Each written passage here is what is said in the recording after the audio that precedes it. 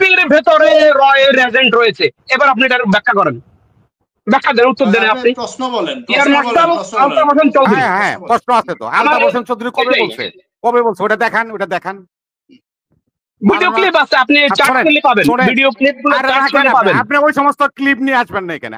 আমার কথা শুনেন, আমার কথা শুনেন। আপনারা যে সত্যকে অস্বীকার করেন তারা কিছু বলার নাই। আমাদের আরে এটা তো মালানা আমার ইয়েও বলছেন, আপনাদের আমির সাহেব তো কদিন আগে বলছেন এক কথা। তো এখন এগুলি নিয়ে তো টকশোর আইটেম না তো। আপনি কি একটু বুকে হাত দিয়ে বলতে পারবেন এখন কি সেই শহীদ প্রেসিডেন্ট আমাদের প্রাণপ্রিয় নেতা জিয়াউর রহমানের সেই বিএনপি কি আছে, না বিএনপির কিছু সেই আদর্শ মালানা সাহেব সেই আদর্শ যেদিন শেষ হয়ে যাবে সেদিন আমি বিএনপি করব না, বিএনপির পক্ষে কথা বলবো না।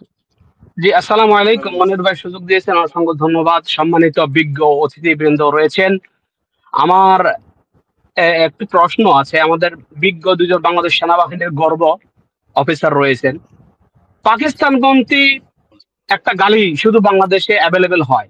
আচ্ছা, আমি উনাদের দুইজন বিজ্ঞ মানুষ রয়েছেন বাংলাদেশ সেনাবাহিনীর।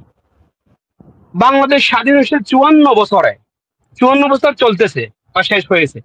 এই 54 বছরে জামায়াত ইসলামের দিকে শুধু আঙুল দেওয়া হয়। আচ্ছা, আপনারা সাক্ষী হয়েছেন এই 54 বছরে জামায়াত নেতৃবৃন্দ, জামায়াত বা শিবিরের কোন লোক বাংলাদেশ বিরোধী কোন কর্মকাণ্ডে লিপ্ত? তারা স্বাধীনতা দিবস ধারণ করে, মানে বাংলাদেশের মহান বিজয় দিবস পালন করে, মানে মাতৃভাষা 21 সকল কিছুতে মানে। 54 বছরে বাংলাদেশ জামায়াত ইসলাম বা ছাত্র শিবিরের কোন দিকটা আপনি পাকিস্তান পন্থী বলে আপনারা ভাবেন বা কিছু লোক ঘায়েল করে? নাম্বার 1। নাম্বার 2, আমাদের সম্মানিত বিএনপির একজন নেতা রয়েছেন, শহীদ প্রেসিডেন্ট জিয়াউর রহমানের বিএনপি আর বর্তমানে বিএনপির ডিফারেন্স আছে। কিছুদিন আগে এয়ার মার্শাল আলতাফ হোসেন চৌধুরী কি বলেছেন যে বিএনপির ভেতরে রয়ের এজেন্ট রয়েছে। এবার আপনি এটা ব্যাখ্যা করেন, ব্যাখ্যা দেন, উত্তর দেন আপনি। প্রশ্ন বলেন, এয়ার মার্শাল আলতাফ হোসেন চৌধুরী। হ্যাঁ প্রশ্ন আছে তো। আলতাফ হোসেন চৌধুরী কবে বলছে ওটা দেখান, ওটা দেখান। ভিডিও ক্লিপ আছে, আপনি চার্ট করলে পাবেন, ভিডিও ক্লিপগুলো চার্ট করলে পাবেন। আপনি ওই সমস্ত ক্লিপ নিয়ে আসবেন না এখানে। আমার কথা শুনেন, আমার কথা শুনেন। আপনারা যে সত্যকে অস্বীকার করেন তারা কিছু বলার নাই। আমাদের আরে এটা তো মালানা আমার ইয়েও বলছেন, আপনাদের আমির সাহেব তো কদিন আগে বলছেন এক কথা। তো এখন এগুলি তো টকশোর আইটেম না তো। আমরা বিভ্রান্ত তো চাই না, বিভ্রান্ত চাই না, ঐক্যবদ্ধ চাই। ঐক্যবদ্ধ চাই আমরা প্রিয় মাতৃভূমিকে। আস্থা রাখেন, আপনি আমার বক্তব্য শুনুন না। আমি প্রথমে শুরু করেছি পাকিস্তান এবং আচ্ছা ঠিক আছে, জি এই দুইটা নাম নিয়ে এইখানে পলিটিক্স করে রাজনীতিবিদরা, এগুলি টাউটরা বাটপাররা এগুলি নিয়ে আসে। এই কথাটা আমি প্রথম বলছি। এটা শুনলে আর আপনি প্রশ্নই করতেন না। আপনারা শুনেন না, হুট করে এসে প্রশ্ন করেন। আচ্ছা ঠিক আছে, জি জি, ধন্যবাদ আপনাকে। মনির, জি ধন্যবাদ আপনাকে। মনির সাহেব আনমিউট করেন ভাই। জি ধন্যবাদ এনাম ভাই এবং বিজ্ঞ আলোচক বিন্দু। আসসালামু আলাইকুম। এখানে একজন মুক্তিযোদ্ধা আছেন, একজন সেনা অফিসার আছেন, দুইজন সেনা অফিসার। আমরা বিভিন্ন আপনাদের গোপন 7 দফা চুক্তির কথা বলেছেন। এই চুক্তিটা নাকি তাজউদ্দিন সাহেব করেছেন এবং শেখ মুজিবের এই চুক্তিটা দেখার পরে নাকি বিস্মিত হয়ে গেছেন যে তাজউদ্দিন তুমি এরকম চুক্তি কেন করলা। এটা কতটুকু সত্য? আর আরেকটা বিষয় হচ্ছে যে ভারত আওয়ামী লীগকে নিষিদ্ধ করার জন্য যে আন্দোলন হয়েছে, সেই আন্দোলনে বিএনপি অনুপস্থিত ছিল, ঠিক যেমন 69-এর গণ অভ্যুত্থানে মুসলিম লীগ অনুপস্থিত ছিল। আর 70-এর নির্বাচনে মুসলিম লীগ কি হয়েছে সেই ইতিহাস আপনারা সবাই জানেন। এখন বিএনপি হয়তো এরকম হবে না, কিন্তু আপনারা কি মনে করেন যে ওনাদের আগের থেকে যে জনপ্রিয়তা ছিল এই জনপ্রিয়তা কমে যাবে? আর আরেকটা আমি শেষ কথা বলতেছি, মনির সংস্কারের কথা বলেছেন যে বিএনপি সংস্কার করতে হতে এখন পর্যন্ত এসেছে। বিএনপি যে সংস্কার করেছে এই সংস্কারের বদলতে শেখ হাসিনা স্বৈরাচারী হয়েছে। আপনারা যে ত্রয়োদশ সংশোধনী করেছেন এই সংশোধনের ফলেই শেখ হাসিনা স্বৈরাচার হতে সহযোগিতা করেছেন। আর বিচার বিভাগ থেকে নির্বাহী বিভাগ আলাদা করার কথা তো 91 সালে ছিল, কিন্তু তখন আমরা কেন করেন নাই? ধন্যবাদ সবাইকে। আমরা সুযোগ থাকা সত্ত্বেও আমরা কেন করেন নাই? ধন্যবাদ আপনাকে। মাওলানা লুৎফর রহমান। জি ধন্যবাদ। মাওলানা লুৎফর রহমান সাহেব আনমিউট করেন, বলেন কোন প্রশ্ন থাকলে বলেন। লুৎফর রহমান। আসসালামু আলাইকুম রাহমাতুল্লাহ। প্রিয় এনামুল ভাই এবং বিজ্ঞ আলোচক বিন্দু, অনেকদিন পরে আপনার প্রোগ্রামে এসে আমি আনন্দিত যে আমার একজন প্রিয় মাওলানা সাহেব রয়েছেন। আমি সবসময় আপনার প্রোগ্রাম দেখি বা আমি যোগদান করি। রবি ভাইয়ের কাছে আমার প্রশ্ন এবং শ্রদ্ধা দুজন সেনাবাহিনীর অফিসার রয়েছেন। ভারত পাকিস্তানের যুদ্ধের যে বিষয়গুলো আমরা এই পর্যন্ত শুনে আসছি, ভারত বিভিন্নভাবে অপপ্রচার করেছে, আমাদের বাংলাদেশের বিরুদ্ধে অপপ্রচার চালিয়ে যাচ্ছে। তো এই অপপ্রচারের আমাদের সম্মানিত সেনাবাহিনী অফিসার রয়েছেন, যে আমাদের বাংলাদেশের গভর্নমেন্টের পক্ষ থেকে কোনো প্রতিবাদ বা কোনো প্রকার ভারতীয় সরকার সাথে কথা বলার কোনো যৌক্তিক আছে কিনা, এটা আপনি একটু জানাবেন আমাকে। আর রবি ভাইয়ের কাছে প্রশ্ন হলো, রবি ভাই কথার মধ্যে একটু রাগ করে ফেলেন, রাগ করবেন না ভাই, আপনার কথা তো শুনি, আপনি তো দেশের জন্য কথা বলেন, সবার জন্য কথা বলেন, আপনার সবসময় টকশো শুনি।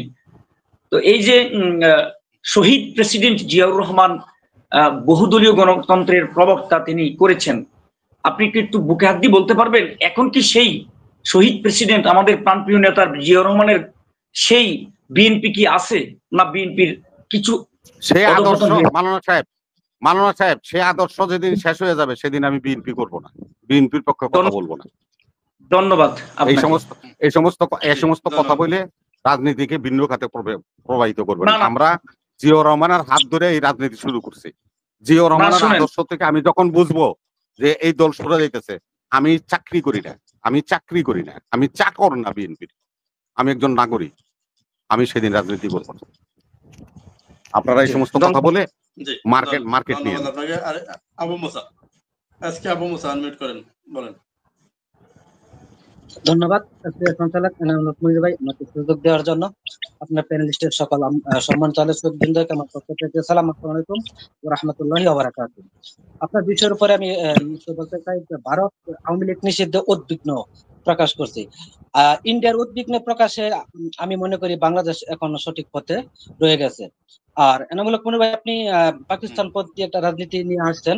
আমি এখন 4জন বিজ্ঞ আলোচক আছে, আমি তাদের কাছে একটু জানতে চাই, পাকিস্তানপন্থী রাজনীতি বা আওয়ামী লীগ নিষিদ্ধের সময় হঠাৎ করে কেন ওই মিছিল থেকে স্লোগান আসলো গোলাম আজমের বাংলাদেশ যেহেতু একটা অস্থিতিশীল পরিবেশের ভিতরে চলে যাইতেছে, তো ওখান থেকে আবার হঠাৎ করে আওয়ামী লীগ নিষিদ্ধের বিষয় ওখানে থেকে কেন তারা জাতীয় সঙ্গীত চেঞ্জ করতে যাচ্ছে?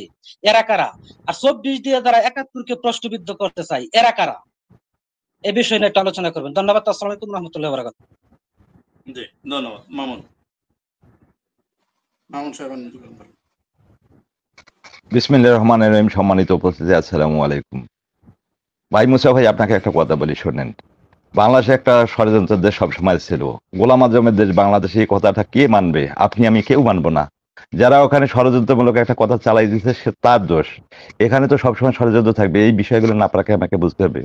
যাক, মনির ভাই একটা কথা বলি, আপনি সম্পূর্ণ নিরপেক্ষ আপনার দৃষ্টিকোণ থেকে, এরপরেও আপনি বাংলাদেশি, আপনি বাংলাদেশের পক্ষেই কথা বলবেন, এটাই স্বাভাবিক। আমরা যতই নিরপেক্ষ থেকে বাংলাদেশের পক্ষে কথা বলবো, এটাই স্বাভাবিক। ভারত এবং পাকিস্তানের মধ্যে যুদ্ধ সংঘটিত হইল, আমরা বাংলাদেশিরা কতখানি পাকিস্তান আর ভারতের পক্ষে ছিলাম এটা এদেশের মানুষই জানে।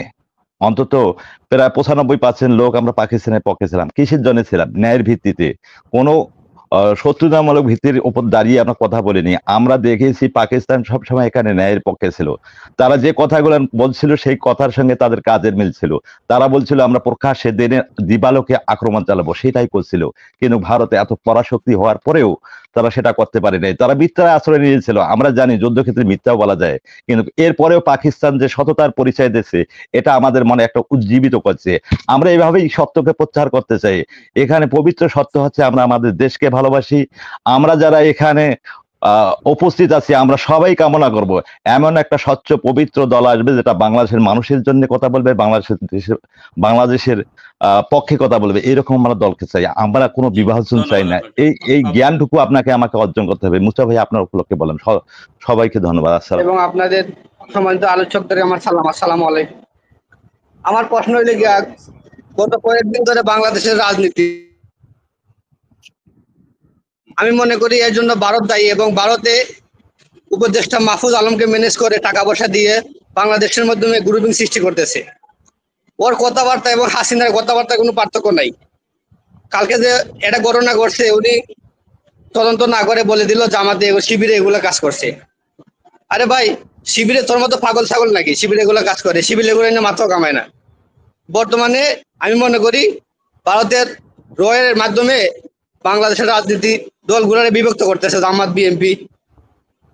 যেমন সম্মানিত আলোচকের কাছে আমার প্রশ্ন, এর থেকে আমাদের বেঁচে থাকার উপায় কি? ধন্যবাদ আপনাকে। আসসালামু আলাইকুম। ধন্যবাদ আপনাকে।